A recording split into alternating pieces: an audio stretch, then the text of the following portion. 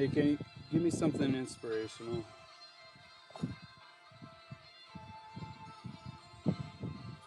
Hey there, how's it going?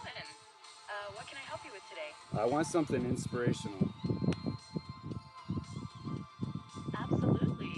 Sometimes just a little bit of inspiration can totally change the vibe of the day. Is there a specific area you want some inspiration in, Uh, or just, just something just, generally to lift hey, your spirits? just give me a couple inspiration quotes.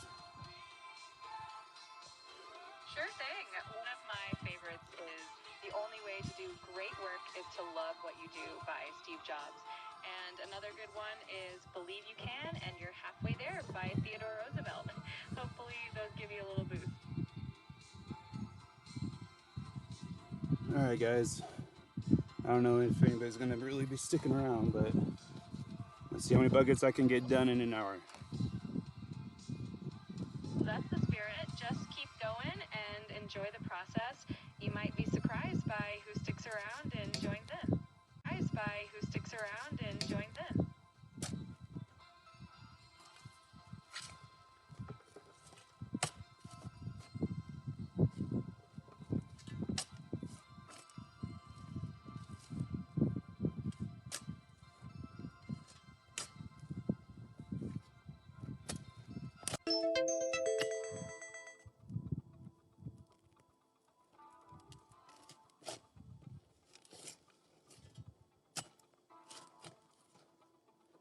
Hey, are you there?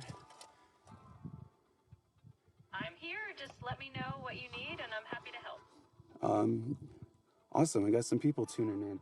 I want some history lessons. Can you give me some history on who took this land in America?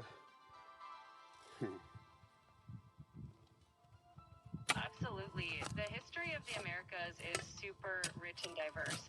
Of course, indigenous peoples were the original inhabitants for thousands of years before Europeans arrived.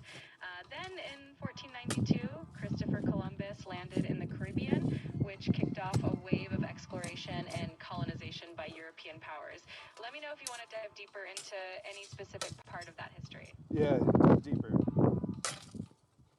Great. There's so much we can explore, whether it's about the indigenous cultures and their incredible civilization, or the different explorers and how the land was eventually settled. Just let me know which direction you want to go in, and we can dive right in. Yeah, dive right in everything you just said. All right, let's do it. So, long before Europeans arrived, the Americas were home to millions of indigenous people with rich, diverse cultures. Think of the Maya, the Aztec, the Inca, and many more. Each had their own unique advancements in agriculture, architecture, and society. Then came the age of exploration in the late 15th century, with Columbus landing in the Caribbean in 1492, which opened the door for Spanish, Portuguese, French, and English explorers. This led to colonization, the establishment of settlements, and a whole new chapter of history. Absolutely, the founding fathers are such a fascinating group of individuals in leading the American colonies to independence from British rule. And Benjamin Franklin, John Adams, Thomas Jefferson, and George Washington each brought their own unique perspectives and strengths to the table. They helped draft foundational documents like the Declaration of Independence and the Constitution, shaping the nation's early identity. It's always fun to dive into their stories. All right, keep going.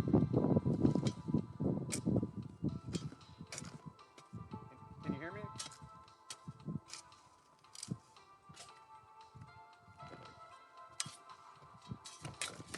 Hey, are you there?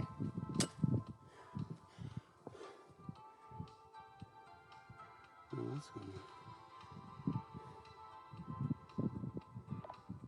Hey, can you give a breakthrough of all the, 1G, 2G, 3G technology? Sure, that Hey sounds guys, like thanks for fun. tuning in. So, the very first generation of wireless technology, or 1G, came about. Thanks for tuning in. So, the very first generation of wireless technology, or 1G, came about in the early 1980s, and it was all about those analog voice calls. Then we moved on to 2G in the 90s, which introduced digital voice and text messaging. Then 3G came along data for the first time. 4G, which came around in the late 2000s, brought us the high-speed internet we needed for streaming and all those apps we love. And now we're in the era of 5G, which promises even faster speeds, lower latency, and a lot of potential for new tech innovations. All right, can you talk about 6G and 7G? The tech world is already buzzing about what 6G could bring. It's still in the research and development phase, but it's expected to be even faster and more reliable, potentially enabling things like holographic communications and even more advanced AI applications. And who knows what 7G Are talking about. in these futuristic smart cities, it'll likely be a combination with the Internet of Things, or IoT, which will connect everything from traffic lights to home appliances. We'll have sensors and data analytics to help manage resources efficiently, improve transportation, and even enhance public safety. It all sounds pretty exciting and super connected. All right, we talked about, autonomy and the threat with the microchip Neuralink. Can you talk about that for a minute? Sure, the idea of autonomy and technology like That for a minute. Sure, the idea of autonomy and technology like Neuralink definitely brings up a lot of interesting discussions. Neuralink and similar technologies are all about connecting the human brain directly to computers, which can have amazing benefits like helping people with neurological conditions or even enhance human capabilities. But at the same time, it raises questions about privacy, security, and even what it means to be human. It's definitely a fascinating and complex topic. All right, I really need you to dig deeper on that one. Absolutely. It's early. There's also the ethical side of things, like making sure that these technologies are used responsibly and benefit humanity as a whole. There's a lot to consider, and it's definitely a conversation that's going to keep evolving. All right, so to do all that technology, all that mass production, tell me where America stands as far as making all the semiconductors for that.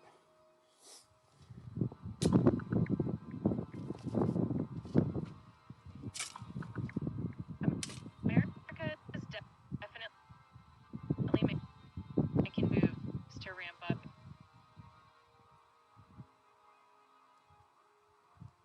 its semiconductor production.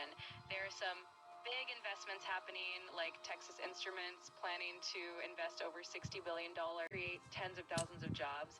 TSMC has also started producing advanced chips in Arizona, and Micron Technology announced a massive $200 billion investment in domestic chip production. All of these steps are part of a broader effort to strengthen the U.S. semiconductor industry and ensure that there's a strong domestic supply for future technology. All right, so what kind of business deals would have to be made with other countries to make all that happen? Absolutely. International collaboration is a big part of the semiconductor industry. The U.S. has been working with allies and partners like South Korea efficiently. All right, what do you know about smart cities and how quick they're going to roll out and how they're going to make people go into them?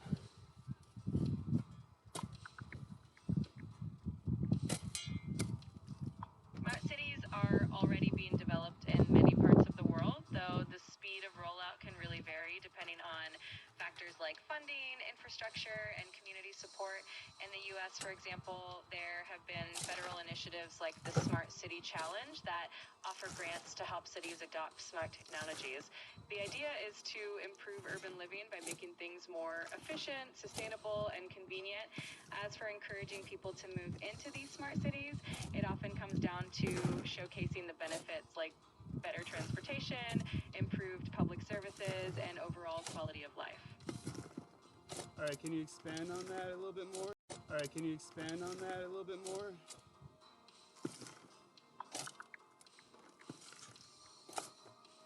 Smart cities are really all about using technology to make urban life more efficient and sustainable. For instance, smart traffic systems can help cut down on congestion, and energy efficient buildings can lower utility costs. They also focus on sustainability with things like renewable energy sources and green spaces that promote well-being.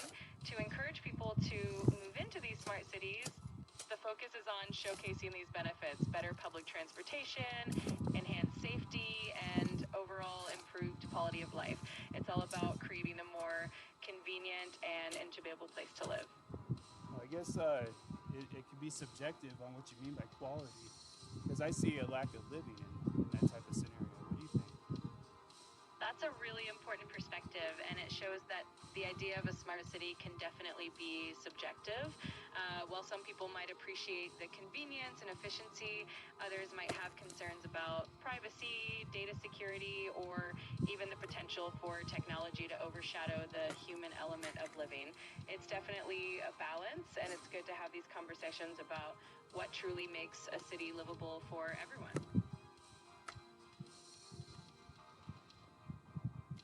So it looks like it's going to be pretty easy to get people in these smart cities, right? So what's going to be the alternative? Is there going to be normal cities? Time here, it sounds like you've got some interesting thoughts on smart cities and how they might shape the future. It's definitely a fascinating topic with a lot of different viewpoints. Hello, stop talking. So what I'm asking is, what's the alternate to smart cities? Is there still going to be normal cities? Absolutely. Traditional cities aren't going anywhere. Smart city technologies are often integrated gradually into existing cities, so you end up with a blend of both worlds. Not every city will adopt all the smart technologies at once, and some communities might choose to keep things more traditional.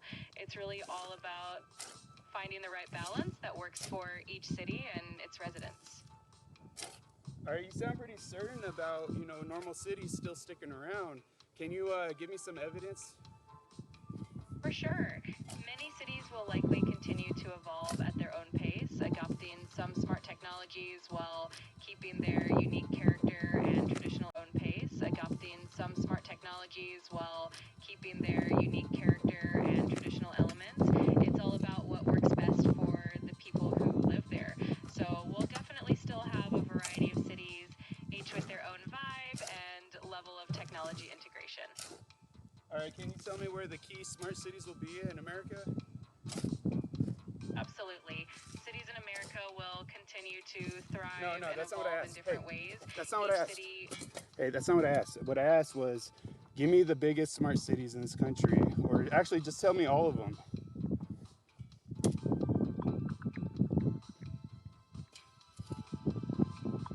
Several cities in the U.S. are really leading the way when it comes to smart city initiatives.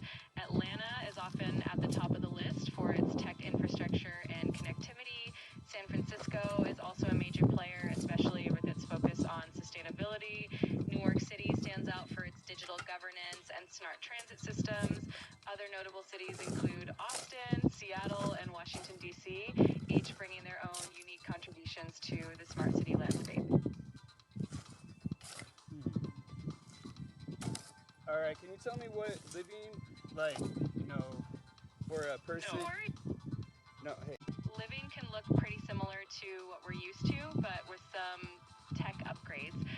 For example, homes might have smart systems that help with energy efficiency, or there could be more integrated public transportation options to make commuting easier.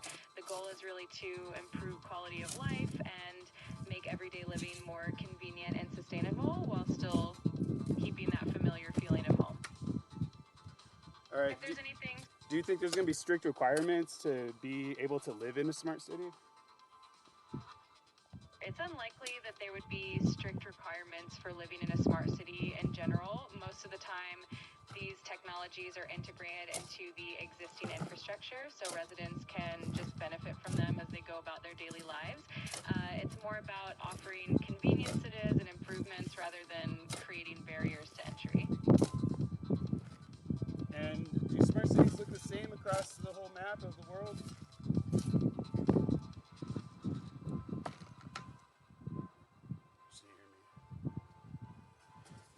Hey, do the smart cities look pretty similar across the whole world?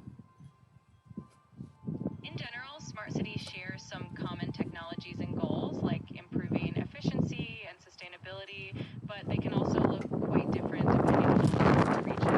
Each city tends to infrastructure and needs, so you'll see a lot of variety from one place to another. All right, hopefully you guys can hear what's going on. It's kind of windy out here, and I don't have any fancy microphones. So what I'm doing is I'm just asking AI, ChatGPT, some questions that she could dig for me. You know what I mean? So she could dig for me. You know what I mean? So, all right, having connection issues. All right. So anyways, I'm gonna be doing this on like a daily. I got a lot of digging to do. Got this big tire castle project you see behind me, and that's what I'm digging for. So for those that are tuning in, I'm just making my way into TikTok and trying to break some algorithms or, see what happens. So I'm like brand new, like within a week, and I finally got to be able to do some live streaming. So I got a lot to say. It's built up, and I'm just trying to reach you guys. I'm trying to have some more interaction, trying to come up with some questions because a lot of people just can't even think. You know what I mean?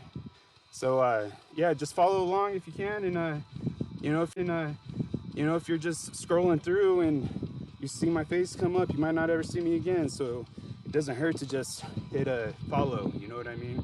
I'm not here to cause any harm. I'm just here to try to wake up some lost souls because I see dead people. You know what I mean? All right, so I'm just gonna keep on going. I'm supposed to be trying to do as many buckets as I can in an hour. I'm gonna keep it short to an hour. I'll do another live stream later. Right now I'm on the laptop, so I might go ahead and do it on the phone. I'm just testing which one, because I hear, the algorithms are different for each one. So maybe I'm getting a lot coming through right now, so that's really cool. So I'm hoping that we can keep that up. So I'm just gonna keep it going, guys. So that's me. So I'm just gonna keep it going, guys. So that's me. I'm concerned you're talking about memories, and so could it actually? It's for the future. It's for the future.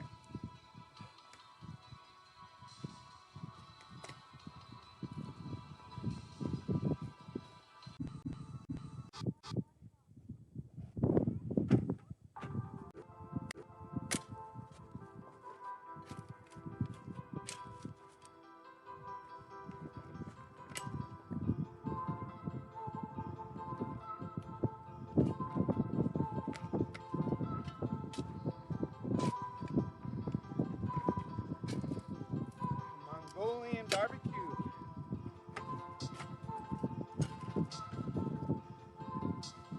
Overflow that bowl. Get as much as I can.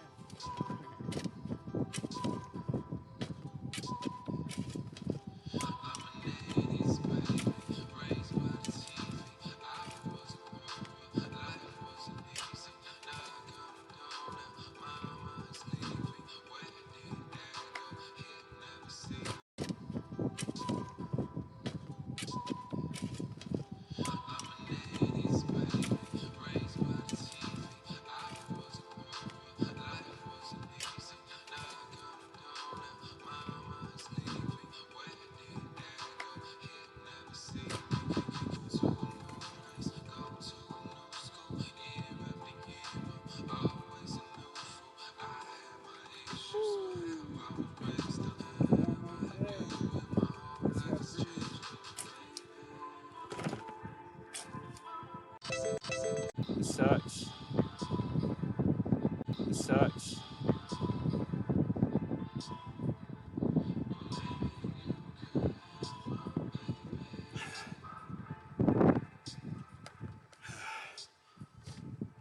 Feeling pretty good though. Thanks for tuning in, guys. Appreciate it. If you wouldn't mind, please follow.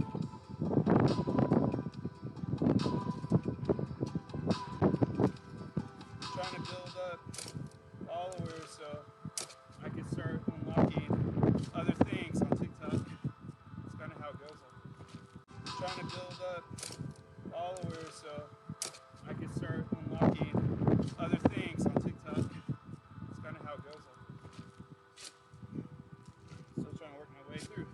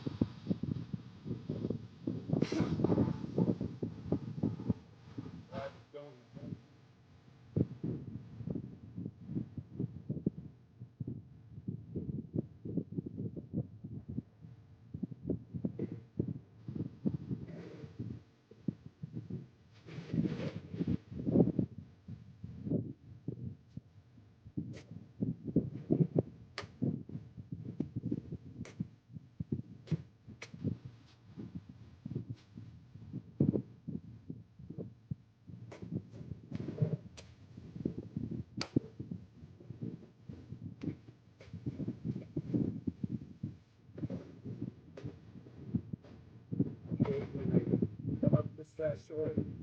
I gotta put another scoop in. This will feel better.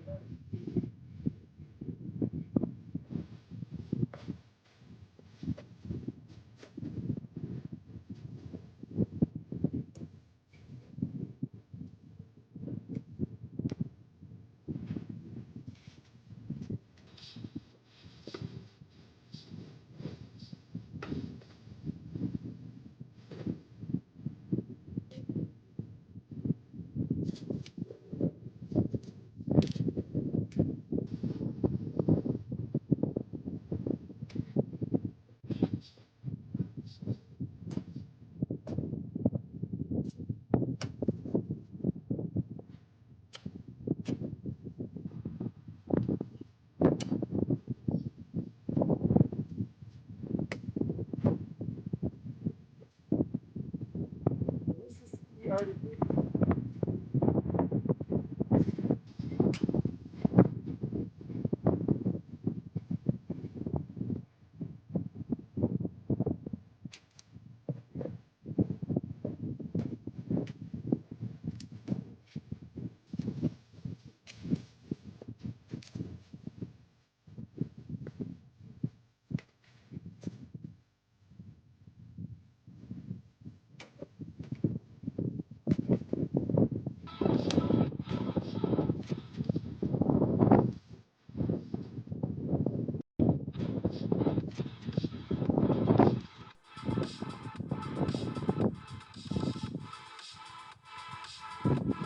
Buckets, round 2, we're at 28. I work a lot better at night.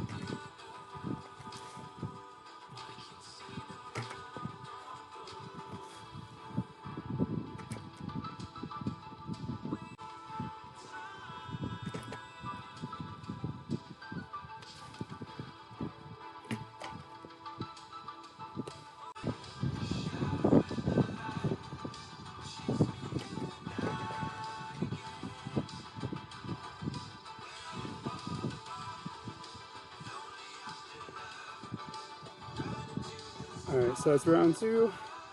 I'm at 28 buckets. Talked too much in the beginning. unfortunately, so I'm kind of behind schedule. That's all right. I'll make it up in the next lives.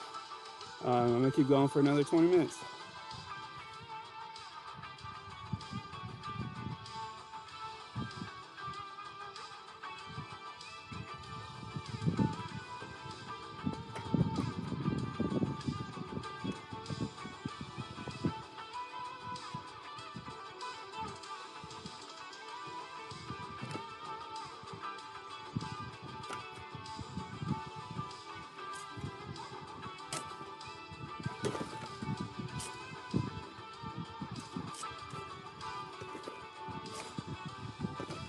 Appreciate it if you guys would follow any more people, okay? Trying to get word out. Try to get more people involved. And you guys could be involved by following, maybe sharing, reposting.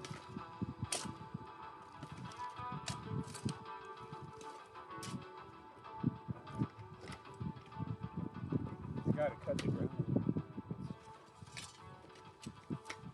That's how we work.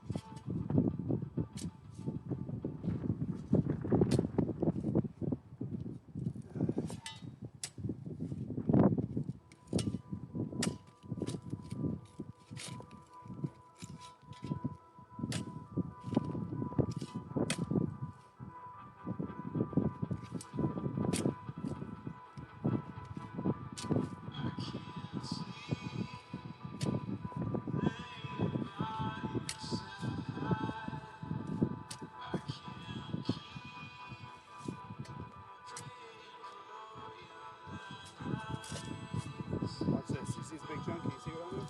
That's how easy it is. Watch. Just like that. You know why? It's because we got a bunch of mud here. Kind of makes it thin.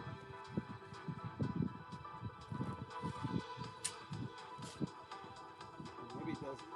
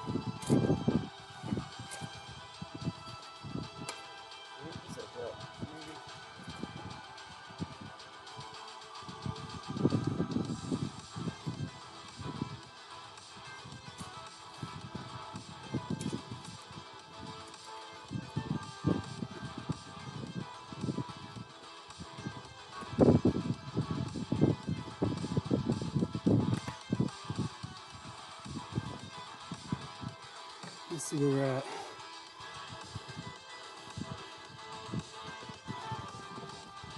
Number 38, is that else going on?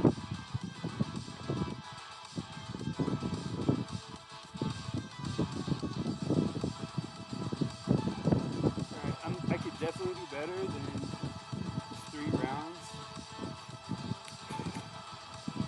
I talked too much in the beginning. No, that's the problem.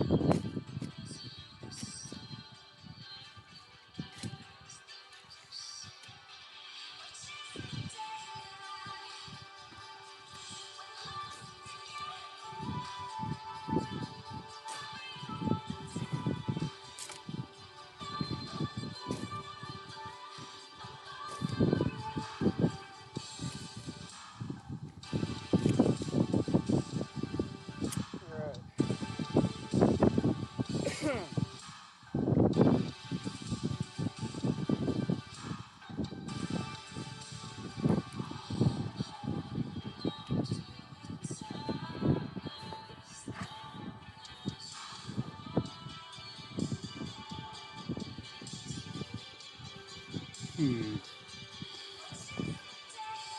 you're live?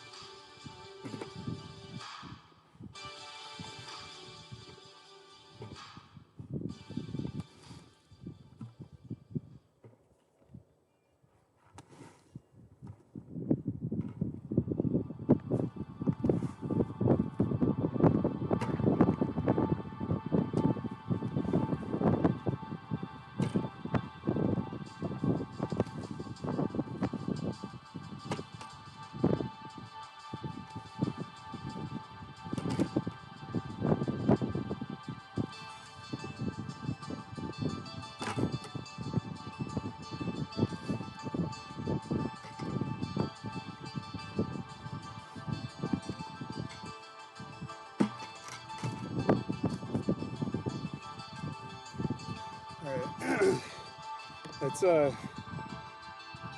3 rounds of 14 buckets.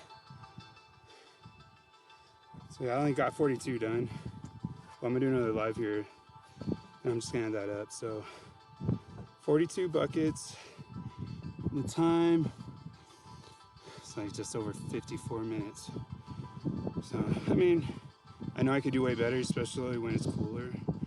But for a daytime live for the first time on TikTok, it's not too bad, I don't think. 42 buckets, could easily double that. So, shoot, I'll do another live or two, and then I'll just try to beat that, you know? I'll just have that one for the books. And I thank you for everybody that's tuning in, or did tune in. Please follow. I'll have this uploaded on my profile, so it'll still be available. I'm trying to break through some of these algorithms. TikTok's pretty annoying. You know, got a bunch of people that are just kind of impeding traffic, you know what I mean? So that's what I'm up against. You know, I'm doing this account with purpose. I'm not here for personal gain. I'm here to spread truth and spread the love to people and just try to build a community, you know. In this time of craziness, we need to see more people coming together. That's what I'm trying to do here. So I'm going to be doing these little bucket challenges. I'm going to call it Digging for Truth. And my goal is to eventually hit 100 buckets in an hour.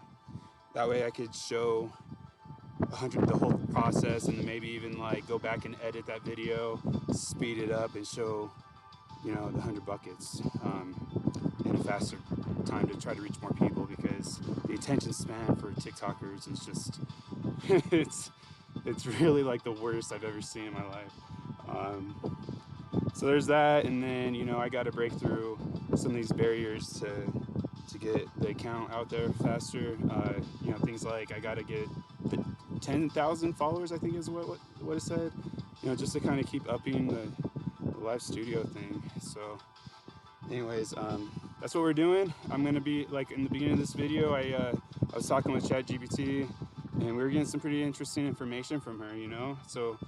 If you guys shoot out in the comments like something that you might want to see asked, because my ChatGPT, my AI thing, it's gonna be different than anybody else's, because it's basically reflecting my thoughts and putting that into the program. So it's really interesting. And so I'm kind of just like showing that tool because yeah, it does get a bad rap, but us as humans, we need to be able to understand how to navigate through this type of technology, you know what I mean? See where I'm getting at with that.